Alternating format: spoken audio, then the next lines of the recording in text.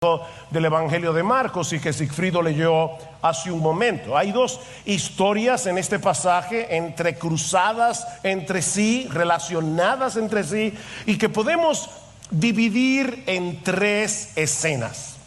Imagínense que están viendo una película. Vamos a ver ahora las escenas que Marcos nos va presentando a través de este pasaje. Y la primera podemos llamar una situación desesperada. Una situación desesperada. Versículo 21.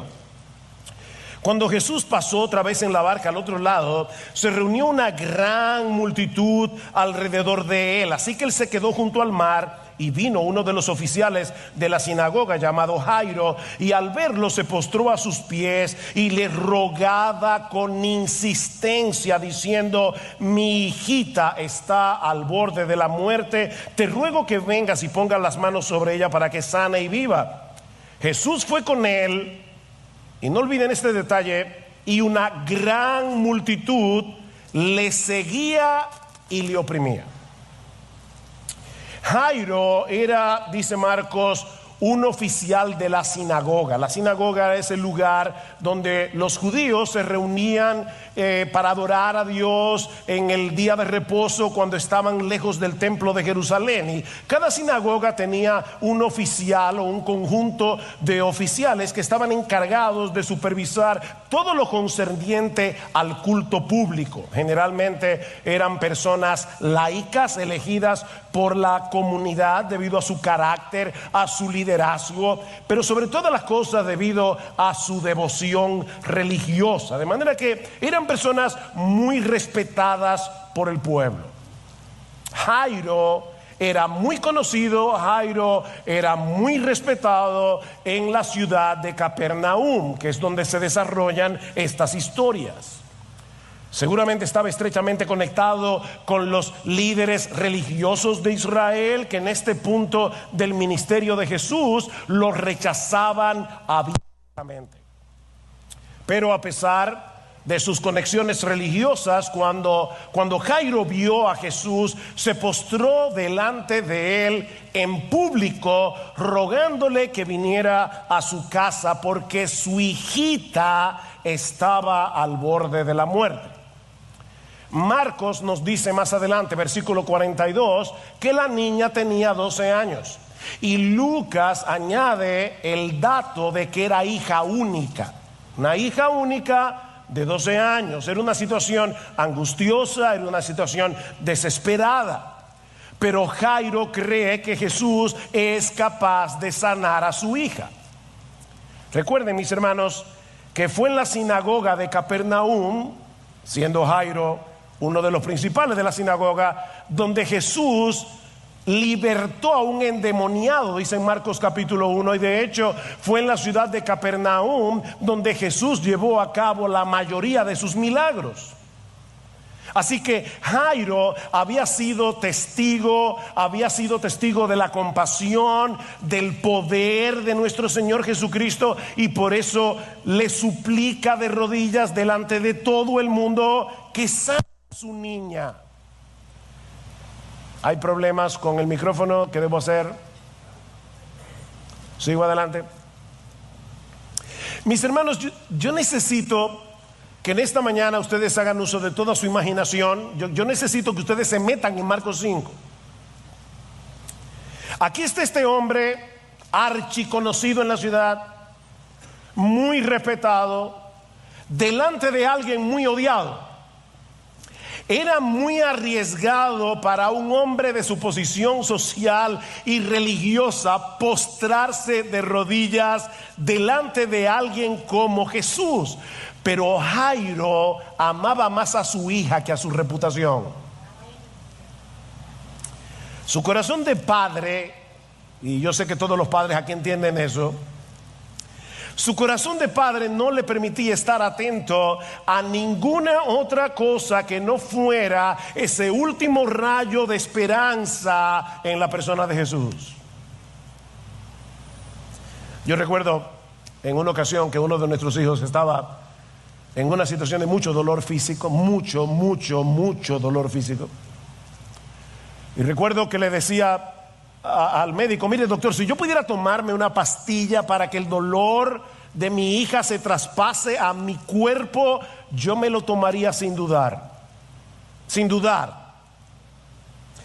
Mis hermanos, Jairo hizo lo que cualquier padre hubiera hecho en su situación. Los padres somos capaces de hacer lo que sea por amor a nuestros hijos. Jairo sabía que no tenía mucho tiempo para estarse preocupando por guardar el protocolo de una persona de su rango. Él iba a hacer todo lo que estuviera a su alcance para salvar a la niña, aunque eso le costara su reputación, aunque eso le costara muchas amistades.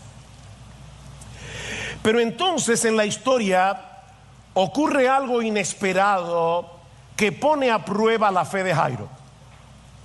Jesús se detiene a tratar el caso de una mujer enferma en vez de seguir avanzando hacia donde estaba la niña moribunda. Por eso yo he titulado esta segunda escena una dilación incomprensible. Una dilación incomprensible. Versículo 25. Y una mujer que había tenido flujo de sangre por 12 años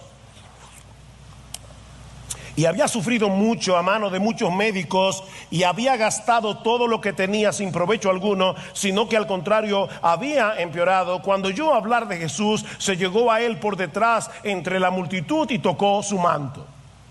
Definitivamente la providencia de Dios es tan extraña en ocasiones. Mis hermanos, ¿qué edad era la que tenía la hija de Jairo? A ver si estaban despiertos.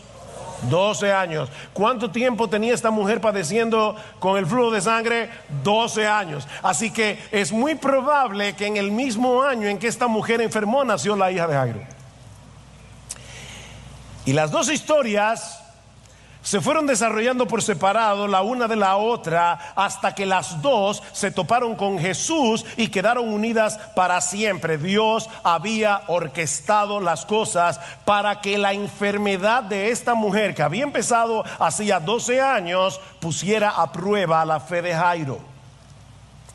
Esta mujer no solo tenía un serio problema de salud, sino también social y religioso, porque cuando una mujer tenía la menstruación quedaba ceremonialmente impura por 7 días según la ley del Antiguo Testamento. Ahora yo debo aclarar que una impureza ceremonial no implicaba nada pecaminoso, no era un problema moral, pero sí le impedía a la persona afectada participar de la adoración o acercarse al santuario, y todo el que tocara a esa persona quedaba ceremonialmente impura también.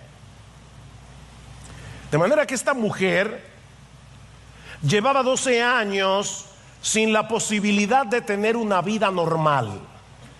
12 años.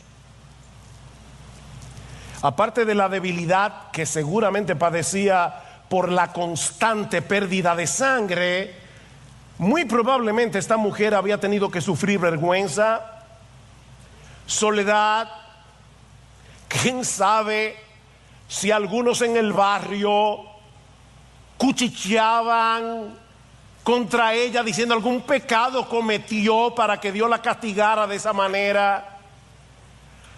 Mis hermanos, todo eso se suele mezclar en medio de la prueba.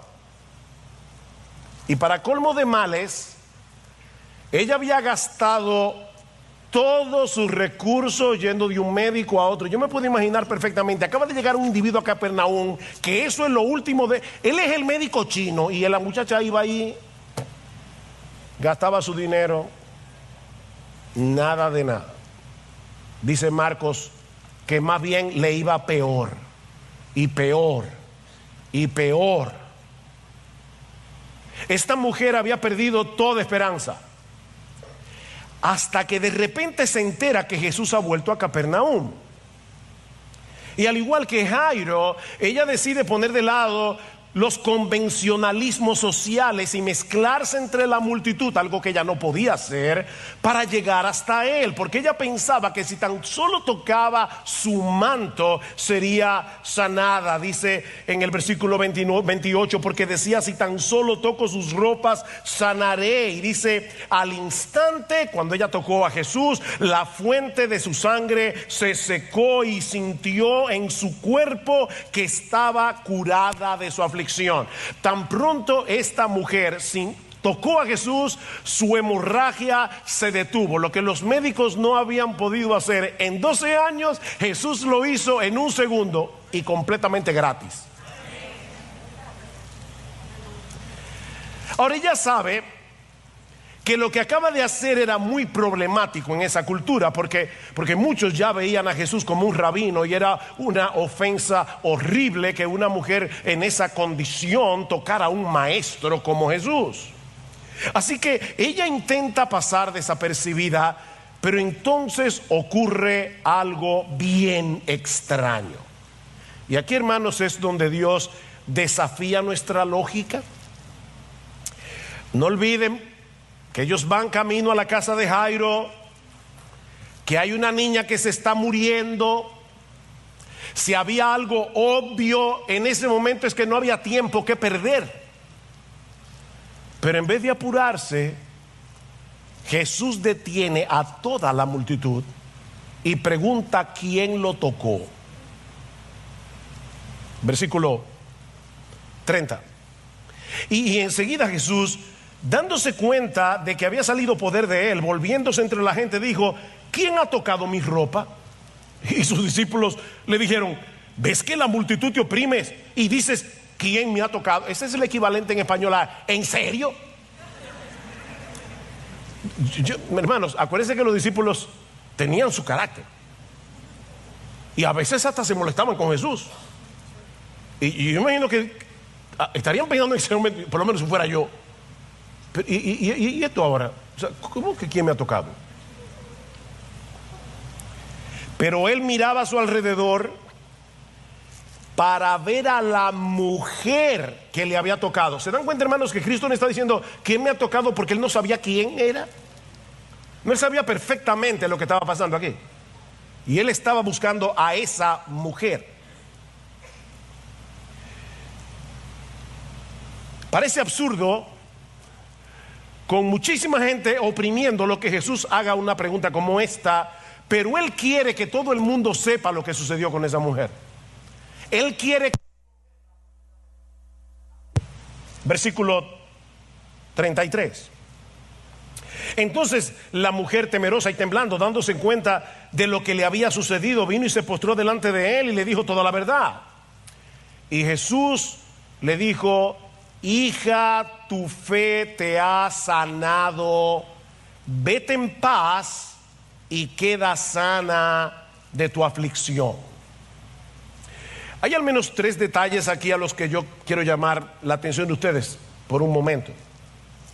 La primera es que el Señor está aprovechando esta ocasión para darle una instrucción teológica a esta mujer. Recuerden que ella creía que por tocar el manto de Jesús podía sanarse, pero ahora Jesús le hace ver que su ropa no tiene ningún poder. Su ropa no tuvo nada que ver con el milagro. Tu fe fue por medio de la fe que nada, no por causa de la ropa. Mis hermanos, la ropa de Jesús no tenía ningún poder. De hecho, ni siquiera la fe tiene poder para hacer absolutamente nada. Yo escucho a la gente que dice: la fe mueve montañas. No, la fe no mueve ni una hormiga. La fe no hace nada. La fe no mueve montañas. Lo que mueve la montaña es Cristo por medio de la fe. Es Cristo el que obra por medio de la fe. Como dice un comentarista, esta mujer tenía una fe fuerte y una teología débil. Así que Jesús aprovecha la ocasión para exaltar su fe y corregir su teología. No fue mi ropa, mujer, fue tu fe en mí. Lo segundo que hace Jesús aquí es declarar públicamente que esta mujer había sido librada de su impureza ceremonial. Eso era importante, porque por primera vez en 12 años esta mujer comenzaría a vivir una vida normal. Por primera vez, por primera vez iba a poder mezclarse con la gente, ir al mercado, hablar con sus amigas. Por primera vez iba a recibir un abrazo en 12 años.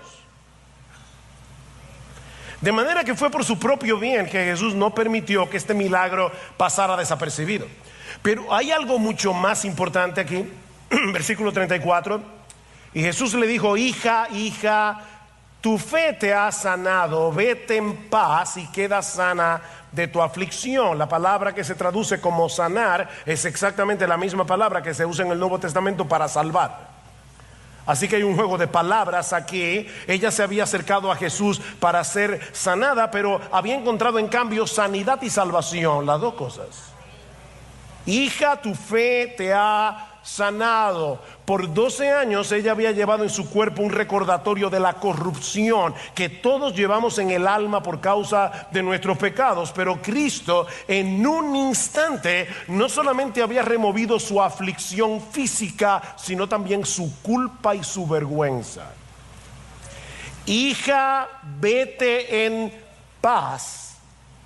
Disfruta a partir de ahora del shalom de Dios, porque has pasado a ser hija suya por medio de la fe. La palabra shalom significa disfrutar de la plenitud de vida que solo Dios puede dar. Es mucho más que ausencia de intranquilidad o ausencia de guerra, es plenitud. Yo he venido para que tengan vida, dice Jesús, y vida en abundancia. Esa vida abundante es el shalom de Dios. Vete en paz. Comienza a disfrutar de ese shalom. Ahora, de nuevo, hermanos, imagínense la irritación de los apóstoles y la angustia de Jairo, que ven aumento cada segundo. Su niña se está muriendo. La multitud que rodea a Jesús no lo deja avanzar más rápido, y ahora él decide detener la marcha para ponerse a conversar con esta mujer. Mis hermanos, lo que Jesús está haciendo aquí no solo parece irracional, humanamente hablando, parece irresponsable. ¿Qué pasaría si llegan al mismo tiempo a un hospital, a la emergencia, una niña adolescente que se está muriendo y una mujer con una enfermedad crónica pero no mortal? ¿A cuál de las dos debería tratar el médico de turno? La respuesta es obvia. Si este médico decide atender primero a la mujer, los padres de la niña pudieran demandarlo por negligencia médica. Pero eso fue precisamente lo que hizo Jesús. Desde todo parámetro humano, la forma de actuar de Jesús es incomprensible. Y por supuesto, mientras tanto, sucede lo que todos temen. La niña muere. Y eso nos lleva a la tercera escena de la historia, la actuación de Jesús en el momento preciso. La actuación de Jesús en el momento preciso. Versículo 35, mientras estaba todavía hablando, vinieron de casa del oficial de la sinagoga diciendo: tu hija ha muerto. ¿Para qué molestas aún al maestro? No es difícil imaginar lo que esas 4 palabras provocaron en el corazón de Jairo. Tu hija ha muerto. Unos minutos antes había algo de esperanza. Ya no hay nada que hacer. ¿Por qué tuvo que interponerse esa mujer en el camino? Yo me imagino, si hubiera sido yo, es que no pudo haber esperado un poco más para ser sanada y darle oportunidad a una niña que tenía toda una vida por delante. Pero entonces Jesús lo ayuda a poner las cosas en perspectiva. Versículo 36. Pero Jesús, oyendo lo que se hablaba, dijo al oficial de la sinagoga: no temas, cree solamente. 4 palabras aterradoras: tu hija ha muerto. 4 palabras llenas de esperanza: no temas, cree solamente. Mis hermanos, todos nosotros necesitamos que el Señor nos ayude a pensar correctamente, porque la prueba suele producir turbación y disparar nuestras dudas. A nosotros nos encantaría que en el momento de la prueba lo primero que se disparara fuera la fe, pero lo que ocurre en realidad es que lo primero que se dispara es la duda. Por eso decía Martin Lloyd-Jones que la fe consiste en aplastarle la cabeza a la serpiente de la duda. Hay algo que tú tienes que hacer con la fe.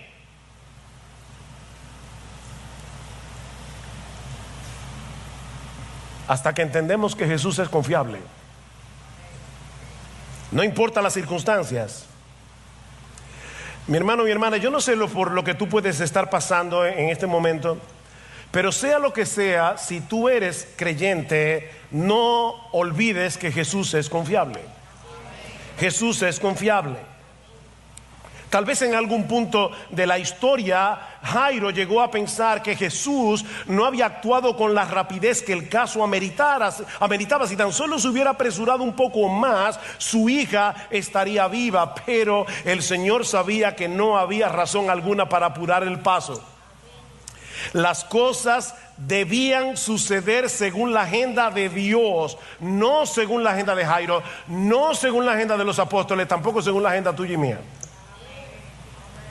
Miren, hermanos, si hay algo que aprendemos de las Escrituras es que nuestra noción del tiempo nunca es adecuada cuando estamos evaluando el tiempo de obrar de Dios. Saben que cada cultura tiene una noción particular del tiempo, y eso impacta considerablemente la manera como reaccionamos. Yo recuerdo cuando estuvimos el año pasado en la conferencia en Londres, me llamaba la atención que decía: el tren llegará a las 9:04. Y no pensé a las 9 redondo, no, a las 9:04. Y yo me quedaba con el reloj 4, ¡pam!, llegaba el tren. Los ingleses son increíbles. Ahora imagínense una boda entre un inglés y una dominicana.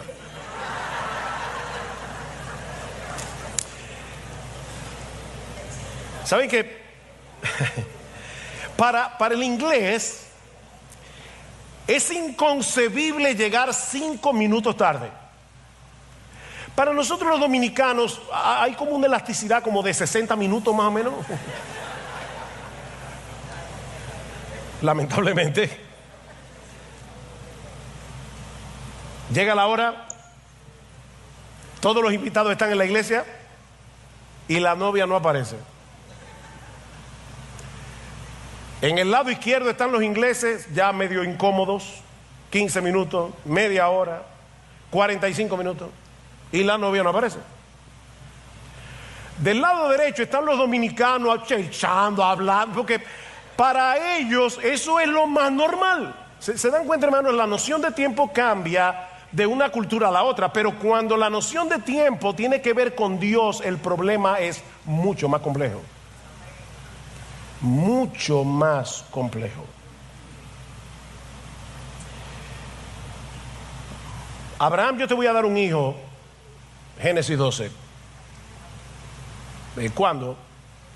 En 25 años. Y tu pueblo va a ser, Génesis 15, esclavo en esta tierra, pero no te preocupes, yo lo voy a libertar y lo voy a traer de nuevo aquí. ¿Cuándo? No, dentro de 400 años.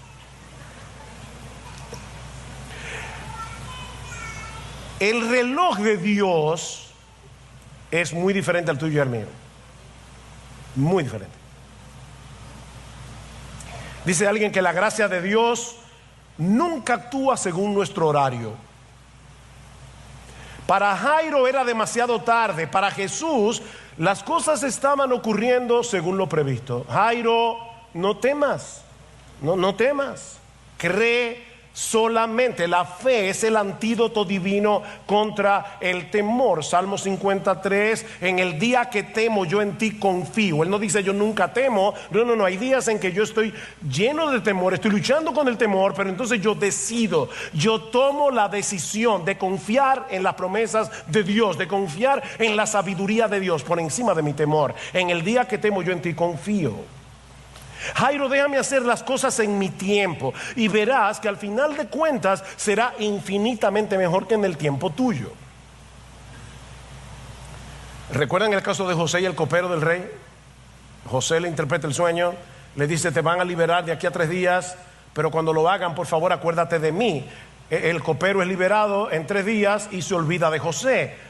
Qué pena, ¿verdad? No. Si José hubiera sido recordado por el copero, 3 días después hubiera sido un expresidiario en Egipto. Pero precisamente porque el copero se olvidó de José, por eso llegó José a ser el segundo en Egipto. Porque Dios sabe, el reloj de Dios funciona mejor que el tuyo y el mío. Confía en eso. Confía en eso. Contra toda posibilidad razonable, Jairo decide confiar en Jesús. Versículo 37.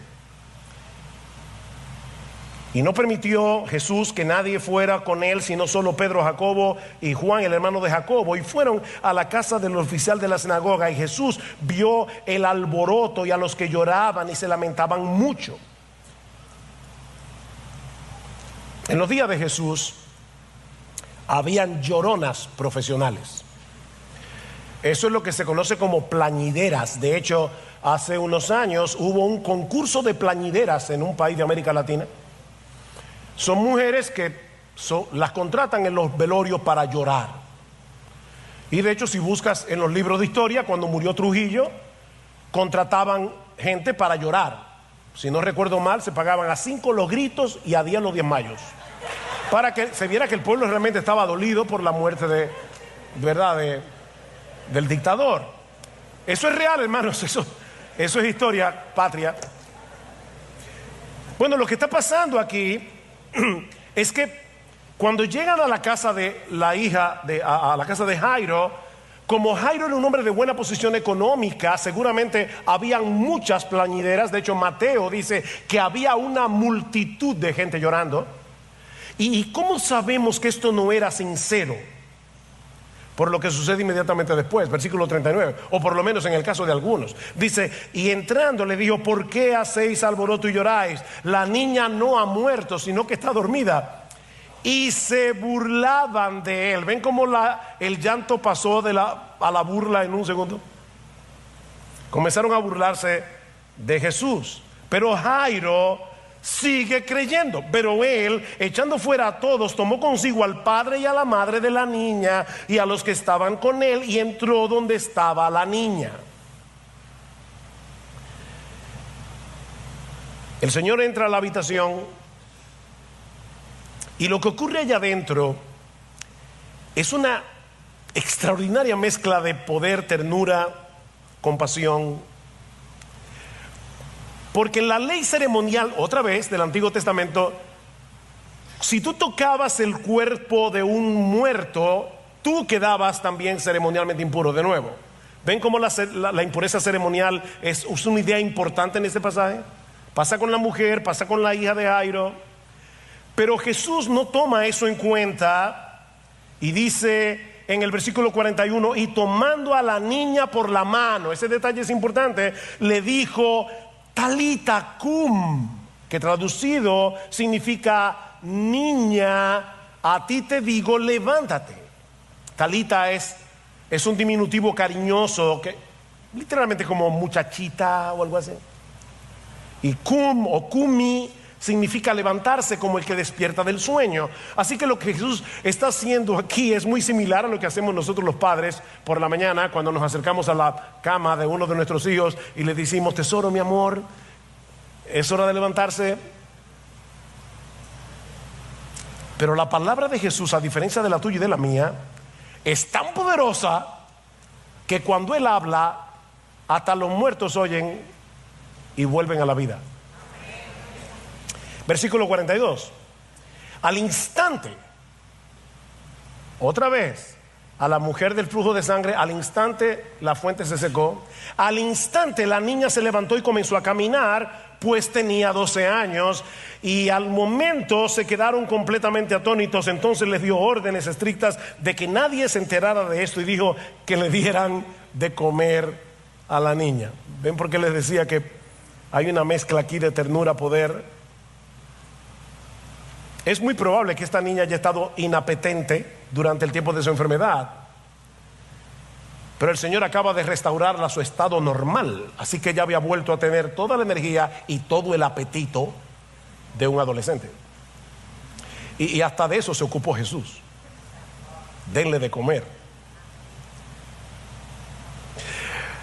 Ahora, mis hermanos, esta es la historia, pero más allá de la compasión, el poder que Cristo mostró tanto a la mujer con el flujo de sangre como a la hija de Jairo, yo quiero ahora que veamos un poco más profundo, porque en cierto modo estos dos milagros son una representación visible del Evangelio. Jesús tuvo que entrar en contacto con nuestras impurezas para que por medio de Él seamos purificados. Cuando la mujer con flujo de sangre tocó a Jesús, en vez de hacerlo a Él ceremonialmente impuro, lo que sucedió en realidad fue que su impureza quedó completamente eliminada. Y lo mismo sucedió con la hija de Jairo. En vez de contaminarse al tocar su cuerpo muerto, el toque de su mano hizo que la niña volviera a la vida. ¿Saben que en cierto modo todos los seres humanos por naturaleza padecemos los mismos problemas que los personajes de esta historia? Porque espiritualmente hablando estamos muertos y somos inmundos, impuros por causa de nuestros pecados. Y así como la hija de Jairo no podía resucitarse a sí misma, y la mujer con flujo de sangre no podía sanarse y purificarse, mi amigo que estás aquí en esta mañana, no hay absolutamente nada que nosotros podamos hacer por nosotros mismos para resolver nuestros problemas delante de Dios. Dos problemas: somos impuros, estamos muertos. La buena noticia del Evangelio es que el Hijo de Dios se hizo hombre para mezclarse con nuestras impurezas sin ser contaminado por ellas, y luego morir en una cruz como si el pecador fuera Él, y así librarnos de nuestros pecados, de la vergüenza y de la culpa. Al que no conoció pecado, por nosotros a Él Dios lo hizo pecado, para que nosotros fuésemos hechos justicia de Dios en Él. Impresionante. Déjame hacerte una pregunta, mi amigo. ¿En qué cosas tienes puesta tu esperanza para cuando te toque partir de este mundo? Porque si no es en Cristo y en su justicia, en su muerte en la cruz, tu confianza es una ilusión. Tu confianza es una ilusión. Porque solo Cristo salva, y Él solo salva por medio de la fe. Solo Cristo salva, y Él solo salva por medio de la fe. En ningún otro hay salvación, porque no hay otro nombre bajo el cielo, no hay otro nombre bajo el cielo dado a los hombres en el cual podamos ser salvos. Hechos 4:12, solo en el nombre de Jesús. Hay un solo Dios, hay un solo mediador entre Dios y los hombres, y es Jesucristo hombre. Yo soy el camino, dice Jesús, yo soy el camino, la verdad y la vida. Nadie viene al Padre sino por mí. Solo Cristo salva, y Él solo salva por medio de la fe.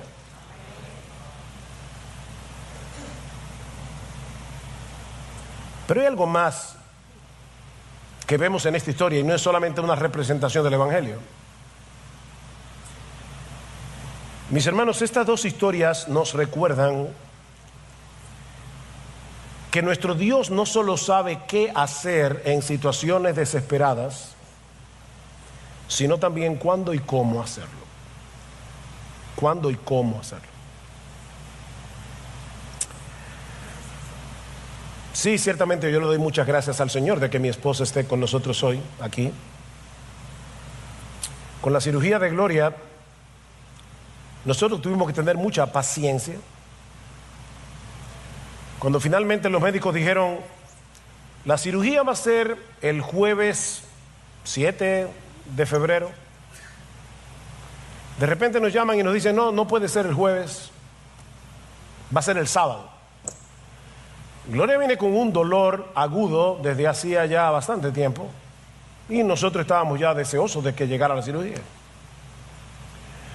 El sábado me llama el doctor, estamos ya internos hace rato en la clínica, y el sábado me llama el doctor y me dice, pastor, como él me decía, hay un problema. No voy a comentar ahora cuál fue el problema, pero el asunto es que los materiales no estaban a tiempo, todos los materiales de la operación, así que la cirugía va a ser para mañana. Primero jueves, después sábado, ahora no es el sábado, es el domingo, a las 8 de la mañana. Llega el domingo a las 8 de la mañana y el médico se me acerca otra vez y me dice: pastor, hay un problema. Me llegó una niña que yo operé hace unos días con una emergencia, está sangrando un montón y yo tengo que operarla a ella primero porque si no se va a desangrar. Así que el quirófano, que dura como 1 hora para ser, ¿verdad?, purificado, no sé cómo esté, esterilizado, que ya estaba preparado, lo tenemos que usar para la niña y luego tenemos que esterilizar el quirófano otra vez. Y yo le dije: mire, doctor, a mí no me hace ninguna gracia el que tengamos que esperar de sábado a domingo, ahora esperar 2 horas más, pero nosotros confiamos en el Señor. Así que la cirugía, que estaba pautada para el jueves, finalmente se hizo el domingo a las 11 de la mañana. Cuando termina la cirugía de Gloria, uno de los médicos que asistió en el quirófano me dice: ¿sabe una cosa? Si no hubiera sido por la cirugía de su esposa, esa niña hubiera muerto. Porque el neurocirujano que iba a operar a Gloria fue el neurocirujano que operó a esta niña en primer lugar, y él no estaba supuesto a estar el domingo sino el sábado, pero debido a que cambiaron la cirugía para el domingo, él estuvo allí en el momento preciso en que esa niña se comenzó a desangrar. Y nosotros dijimos: definitivamente el Señor sabe mejor que tú y mejor que yo cuál es la hora. Él lo sabe mejor que tú y mejor que yo. Jesús no estaba siendo negligente con Jairo y la familia. Esta supuesta tardanza era parte de su amor, porque a final de cuentas Él le dio a Jairo mucho más de lo que le había pedido. Él se acercó no para pedir una resurrección, Él se acercó para pedir sanidad. Pero tuvo la oportunidad de ver a Jesús levantar a una niña muerta y darle vida. Y de esa manera Jesús estaba permitiendo que Jairo conociera mejor quién es Él y de esa forma fortalecer su fe. Pero tenía que ser en el tiempo del Señor. Mis hermanos, no es por negligencia que Él no se apresura cuando nosotros queremos que Él vaya más rápido, es por amor.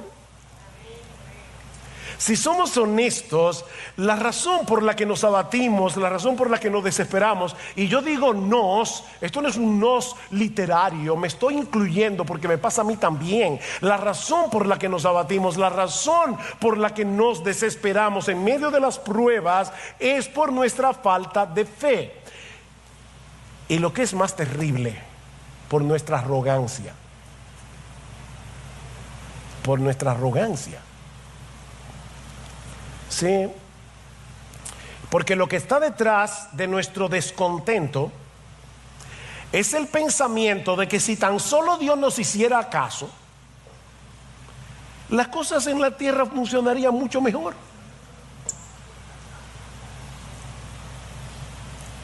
Y Dios, en su amor, nos hace esperar y esperar y esperar, para ayudarnos a tener una perspectiva correcta de la realidad y darnos la oportunidad de fortalecer nuestra fe haciendo uso de la fe. La única forma de fortalecer la fe es usando la fe. ¿Recuerdan cuando iban en la barca y se estaban hundiendo y Cristo le pregunta a los discípulos: ¿y qué pasó? ¿Dónde está vuestra fe? Fíjense, ellos tenían fe, pero no la usaron. Y yo creo que eso es lo que nos pasa a todos nosotros. Y Cristo nos dice: ¿dónde está nuestra fe? Es como el individuo que se compra un revólver para protegerse, lo asaltan y los amigos le preguntan: ¿y qué hiciste con el revólver? Y dice: no, lo escondí tan bien que no lo pude sacar a tiempo. No, la fe, tú tienes que usar la fe. La fe es para usarla, es Es en el momento de la prueba donde yo tengo que hacer el esfuerzo consciente de descansar en las promesas de Dios, de traer a mi mente las promesas de Dios, de traer a mi mente la palabra de Dios, el carácter de Dios. Eso es ejercer fe. Él no siempre nos dará lo que queremos, pero siempre nos dará lo que necesitamos. Dios siempre hará lo que es mejor, mis hermanos, Dios siempre hará lo que es mejor, para su gloria y para el bien de su pueblo. Pablo, Señor, quítame este aguijón. Si tú me quitas este aguijón, yo voy a servirte mejor. No, Pablo, bástate mi gracia, mi poder se perfecciona en la debilidad. Tú no te das cuenta que es precisamente por causa de tu debilidad que yo te estoy usando más para magnificar mi poder. Es por fe que andamos, no es por vista. Fue la fe lo que hizo la diferencia, la gran diferencia en el caso de la hija de Jairo y en el caso de esta mujer. No temas, cree solamente.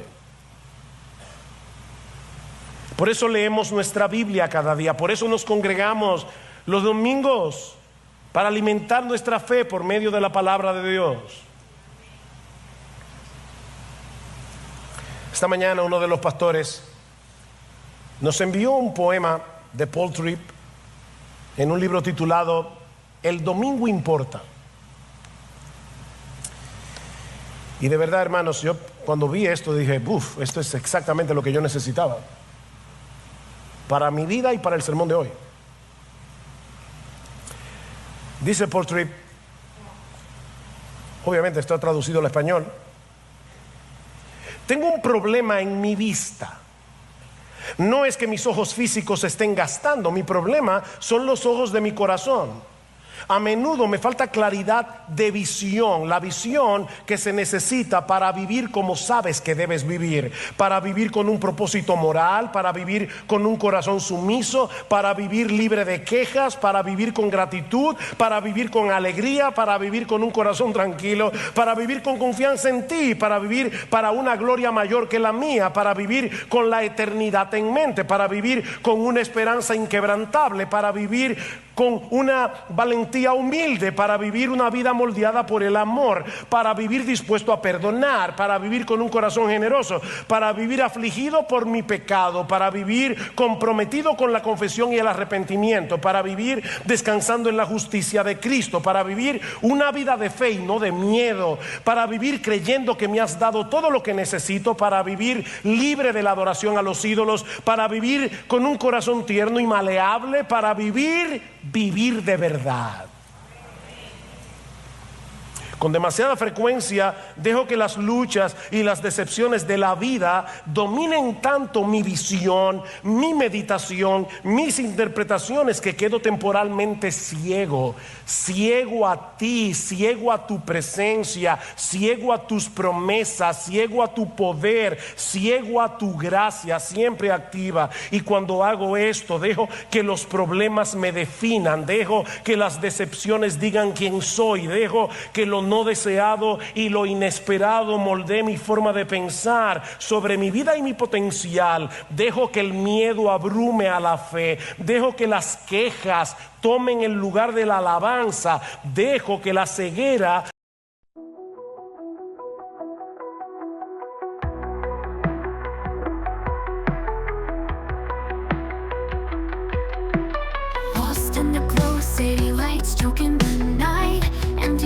reaching out, nowhere to find. Broken dreams like shards beneath our feet. Echoes of whispers, no soul can be. Eyes wide open, can't see through the haze. Neon signs flicker, stories of our days.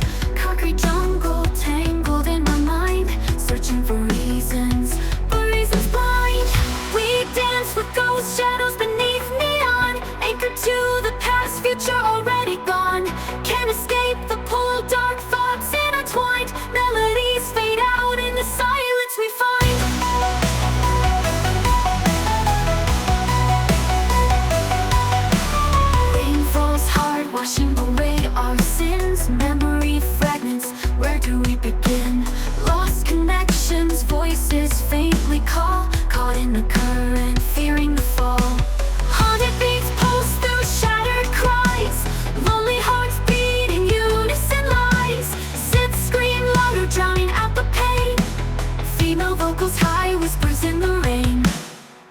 We dance with ghost shadows beneath neon, anchored to the past, future already gone. Can't escape the pull, dark thoughts intertwined. Melodies fade out in the silence we find.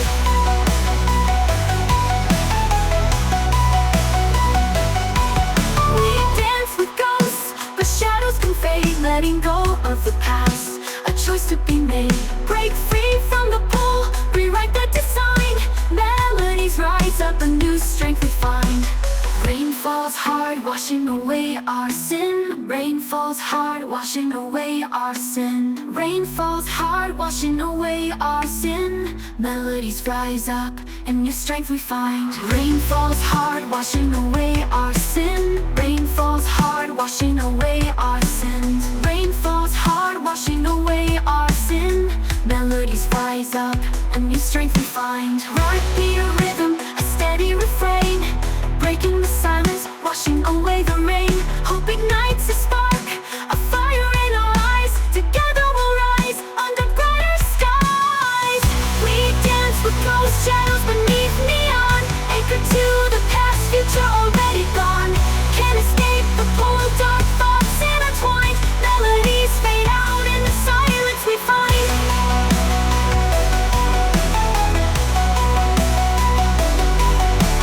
Sunrise paints the building streaks of gold, a chance to break free, a story untold.